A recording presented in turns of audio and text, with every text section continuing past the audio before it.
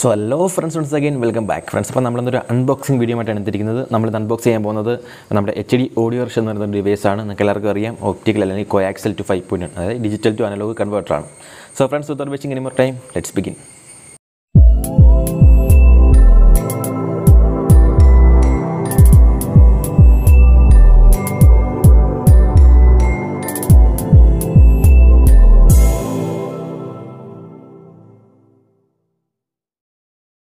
So friends, video ke bundu mai ningal channel idu subscribe ചെയ്തിട്ടില്ലെങ്കിൽ ദയവായി channel subscribe ചെയ്യുക. Subscribe ചെയ്താൽ മാത്രം പോരാ, തൊട്ടടുത്തൊരു ബെൽ ഐക്കൺ ഉണ്ട്. നമ്മൾ നൈസ് അടിച്ച് അപ്പോൾ ഞാൻ പുതിയ വീഡിയോസ് അപ്ലോഡ് ചെയ്യുമ്പോൾ നോട്ടിഫിക്കേഷൻ നിങ്ങൾക്ക് ഓൺ ടൈം കിട്ടുന്നതായിരിക്കും. ഫ്രണ്ട്സ്, അപ്പോൾ അതിലൂടെ മറ്റൊരു കാര്യമായിട്ട് പറയുകയാണ്, നമ്മൾ ഇതിൻ്റെ ഒരു വർക്കിംഗ് വീഡിയോ എടുത്തിട്ടുണ്ട്. അത് ഞാൻ ഇതിൻ്റെ കൂടെ അപ്ലോഡ് ചെയ്യുന്നില്ല, കാര്യം കോപ്പിറൈറ്റ് സ്ട്രൈക്ക് വരും. ഒരു ഫിലിമിൻ്റെ കുറച്ച് പോർഷനാണ്. ആർക്കെങ്കിലും ഒരു ഇതിൻ്റെ കറക്റ്റ് എഫക്റ്റ് അല്ലെങ്കിൽ ഇതിൻ്റെ വർക്കിംഗ് വീഡിയോ വേണം എന്നുള്ളവർക്ക് നിങ്ങൾക്ക് ഞാൻ വാട്സാപ്പ് നമ്പർ ഇത് കൊടുത്തിട്ടുണ്ട്. നിങ്ങൾക്ക് ഡയറക്റ്റ് വാട്സാപ്പിൽ കോൺടാക്ട് ചെയ്യാം. അതിലൂടെ നിങ്ങൾക്ക് സെൻഡ് ചെയ്ത് തരുന്നതായിരിക്കും. സോ ഫ്രണ്ട്സ്, അപ്പോൾ ഇതാണ് ഇതിൻ്റെ പാക്കേജ്. നല്ല അടിപൊളി ഒരു പാക്കേജാണ് നമുക്ക് ഈ ഒരു ഡീകോഡറിന് അവർ തന്നിരിക്കുന്നത്. അത്യാവശ്യം വലിയൊരു പാക്കേജാണ്. കണ്ടൻറ്റ് പക്ഷേ അനുസരിക്കുന്ന സാധനം ചെറുതാണെങ്കിലും ഇത്ര നല്ല പാക്കേജാണ് വന്നിരിക്കുന്നത്. അതിൽ ഡീറ്റെയിൽസും മറ്റു കാര്യങ്ങളെല്ലാം ഇത് കൊടുത്തിട്ടുണ്ട്. ആപ്ലിക്കേഷൻ, എന്തൊക്കെ ആപ്ലിക്കേഷൻസിൽ നമുക്കിത് യൂസ് ചെയ്യാം, അതുപോലെ തന്നെ ഒരു ഡിജിറ്റൽ സിഗ്നൽ പ്രോസസ്സറാണ്. മറ്റ് ഡീറ്റെയിൽസ് എല്ലാം ഇതിൻ്റെ ആ ഒരു ബാക്ക് വശത്ത് കൊടുത്തിട്ടുണ്ട്. ഇപ്പോൾ ഈ ഒരു ഓഡിയോറഷിൻ്റെ ഒരു പ്രോഡക്റ്റ് തന്നെ പല ടൈപ്പ് ബോക്സുകളിൽ പല രീതിയിൽ പല ക്വാളിറ്റിയിൽ വരുന്നുണ്ട്. അപ്പോൾ എന്തായാലും ഈ ഒരു ടൈപ്പ് യെല്ലോ ബോക്സിൽ വരുന്ന ഈ ഒരു ഓഡിയോറഷിൻ്റെ ഈ ഒരു പ്രോഡക്റ്റ് എന്ന് പറയുന്നത് വളരെ നല്ലൊരു പ്രോഡക്റ്റാണ്. ഞാൻ കുറച്ചധികം വേറെ കുറേ ടൈപ്പ് ഓഡിയോറഷിൻ്റെ ഈ ഒരു സാധനങ്ങൾ ഞാൻ മേടിച്ച് നോക്കി, പക്ഷേ അതൊന്നും ഈ ഒരു പെർഫോമൻസ് കിട്ടുന്നില്ല. സോ നമുക്കിത് അൺബോക്സ് ചെയ്ത് നോക്കാം. അൺബോക്സ് ചെയ്യുമ്പോഴത്തേക്ക് നമുക്ക് ആദ്യം നമ്മുടെ ശ്രദ്ധയിൽപ്പെടുന്ന തന്നെ ഡിവൈസാണ്.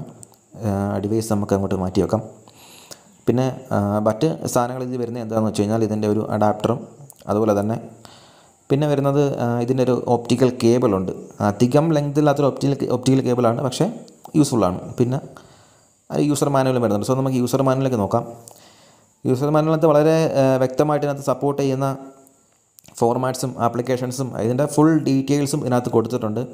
സോ ഈ ഒരു ഡിജിറ്റൽ ഡീകോഡർ നിങ്ങൾക്ക് യൂസ് ചെയ്യാം. എപ്പോഴാണെന്ന് വെച്ചാൽ നിങ്ങൾക്ക് ഒപ്റ്റിക്കലോ കോയാക്സിലോ ഔട്ട്പുട്ട് വരുന്നുണ്ട്. അത് നിങ്ങൾക്ക് റിമോട്ട് കിറ്റ് വാങ്ങാൻ പറ്റില്ല. അപ്പോൾ ഫിട്ടൊക്കെ റിമോട്ട് കിറ്റിന് ഏകദേശം 7000 രൂപ അടുപ്പിച്ചൊക്കെ പലയിടത്തും സെയിൽ ചെയ്യുന്നുണ്ട്. അപ്പോൾ അത് വാങ്ങാൻ വയ്യ, അത്രയും പൈസ മുടക്കാമെങ്കിൽ നിങ്ങൾക്ക് ഇത് മേടിക്കാം. ഇതിനകത്ത് തന്നെ പറയുന്നുണ്ട് DTSും അതുപോലെ തന്നെ ഡോൾബി ഓഡിയോ ഫോർമാറ്റ് അടക്കമുള്ള പല ഡിജിറ്റൽ ഓഡിയോ ഫോർമാറ്റ് ഇതിൽ എടുക്കുന്നുണ്ട്.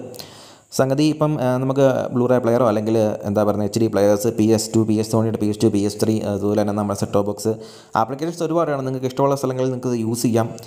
അത്യാവശ്യം നല്ല രീതിയിലുള്ള പെർഫോമൻസ് ഇതിനുണ്ട്. സോ ഇതിനകത്ത് ഇൻപുട്ട്സ് ആയിട്ട് വന്നിരിക്കുന്നത് 2 spdif ഇൻപുട്ട്, ഒരു coaxial ഇൻപുട്ട്, ഒരു സ്റ്റീരിയോ ഇൻപുട്ടാണ്. അനലോഗായിട്ട് 5.1 ഔട്ട്പുട്ട് കിട്ടും. സബിന് വരുന്നത് ഫിൽറ്റർഡ് ഔട്ട്പുട്ടാണ്. പിന്നെ നമ്മൾ ഇതിൻ്റെ ബാക്കിലേക്ക് പോകുന്നതിൽ ഇതിനകത്ത് പറഞ്ഞിരിക്കുന്നത് DC 5 വോൾട്ട് പവർ സപ്ലൈ ആണ്. ബാക്കി ഡീറ്റെയിൽസ് നമുക്ക് ഈ ഒരു സാധനം യൂസ് ചെയ്യാനുള്ള ഡീറ്റെയിൽസ് ഫുള്ള് തന്നിട്ടുണ്ട്. അത് മാത്രമല്ല എങ്ങനെ യൂസ് ചെയ്യണം, എന്തൊക്കെ ഇൻപുട്ട്സ് ഉണ്ട്, എവിടെയൊക്കെ കണക്ട് ചെയ്യണം എന്നുള്ളൊരു കണക്ഷൻ ഡയഗ്രാം ഫുള്ള് നമുക്ക് ഈ ഒരു യൂസർ മാനുവൽ തന്നിട്ടുണ്ട്. സോ വളരെ യൂസ്ഫുൾ ആയിട്ടൊരു യൂസർ മാനുവലാണ്.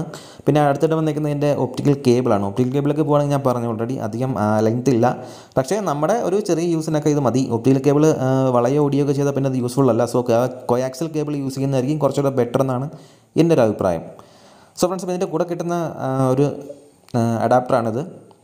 DC 5 വോൾട്ടാണ് ഇതിന് കൊടുക്കേണ്ടത്. 5 വോൾട്ട് എനിക്കൊന്ന് 1.2 ആംപിയർ അങ്ങനെയാണ് ഇതിനകത്ത് വന്നിരിക്കുന്നത്.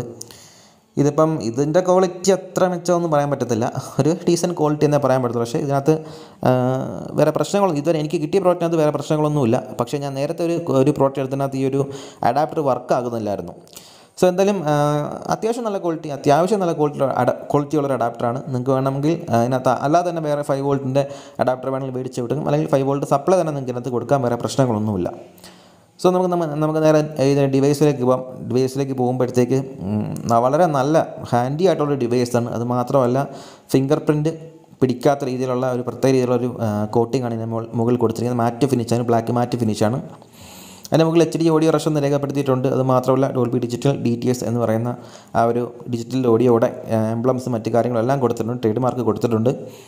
എന്തായാലും നമുക്കിത് നല്ലൊരു ബിൽഡ് ക്വാളിറ്റി ഉണ്ട് കേട്ടോ. കാര്യം എന്ന് വെച്ചാൽ ഇത് മെറ്റൽ ആണ് യൂസ് ചെയ്തിരിക്കുന്നത്, പ്ലാസ്റ്റിക് അല്ല, മെറ്റൽ ബോഡിയാണ്.